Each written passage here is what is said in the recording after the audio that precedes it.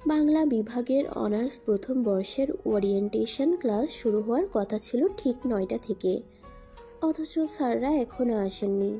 ছাত্রছাত্রীরাও ধীরে সুস্থে একজন একজন করে আসছে। একজন আরেকজনকে দেখে আনন্দে হট্টগোল লাগিয়ে দিচ্ছে। আগে থেকেই একে অপরকে চেনা তাদের। কারণটা হলো অনলাইনে তারা সবাই একই গ্রুপের সদস্য ছিল, তাই এখন শুধু হাসি মুখে কেমন আছিস বলা বাকি। তোমার নাম কি, বাসা কই, এইসব আর জিজ্ঞেস করার প্রসঙ্গ এখন আসে না। সময় করে সকলে তাদের আসন গ্রহণ করলো। ছেলে 50 আর মেয়ে 50 জন। অবশ্য আরও আছে। রিলিজ স্লিপের কাজ শেষ হলেই মোট সংখ্যার চার্ট হাতে আসবে। এতদিন পর ক্লাসটা যেন হৈহুল্লোড়ে বিঁধে গেছে।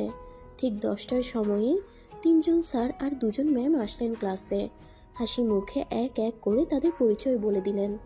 একজন স্যার জানালেন তিনি ট্রেনিংয়ে যাবেন, তার বদলে গেস্ট স্যার ক্লাস করাবেন আজ থেকে। সে সময়ে তার ফোনে একটা কল আসায় তাকে রুম ছেড়ে চলে যেতে হলো। তার পরপরই সানগ্লাস পরে স্টুডেন্টের মাঝ থেকে এক তরুণী স্যারের জায়গায় গিয়ে দাঁড়িয়ে বলল, শোনো সকলে, আমি হলাম তোমাদের গেস্ট টিচার। আমার কথা মনোযোগ দিয়ে শুনবে। আচ্ছা, ওসব পরে বলছি, আগে শোনো। আমার বাসার মরিচের গুঁড়ো শেষ, হলুদও শেষ, এগুলো কিনতে হবে, বুঝলে? বাজারে যে অবস্থা, নতুন বাজেট করলো কিনা। সবাই হাসতে হাসতে শেষ।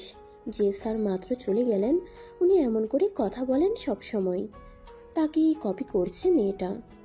অফলাইনে ক্লাস হবার আগে তাদের কিছুদিন অনলাইনে ক্লাস হয়েছিল, তাই স্যার ম্যামদের সাথে আগের থেকেই সবার পরিচয় আছে।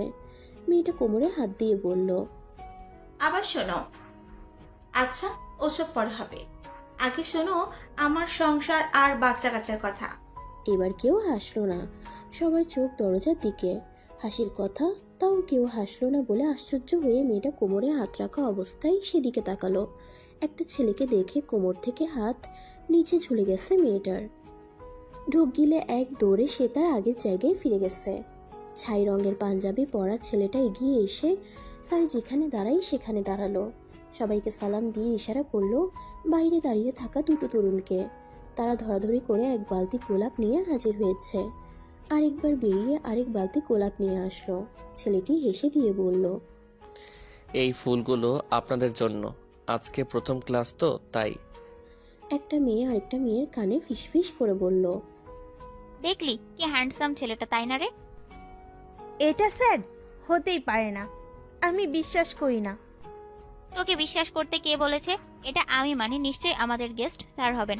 স্টুডেন্টের মতো তো লাগে না। আহা, আমি তো এখনই ফিদা। দাঁড়া, কয়েকটা ছবি তুলি। করচ করচ করে 2-4খানা ছবি তুলে নিল মেয়েটা। আর যে তরুণী এতক্ষণ মজা করছিল সেই মুখের মাস্ক টেনে চোরের মতন বসে রইল। মনে মনে দোয়া করছিল যেন এটা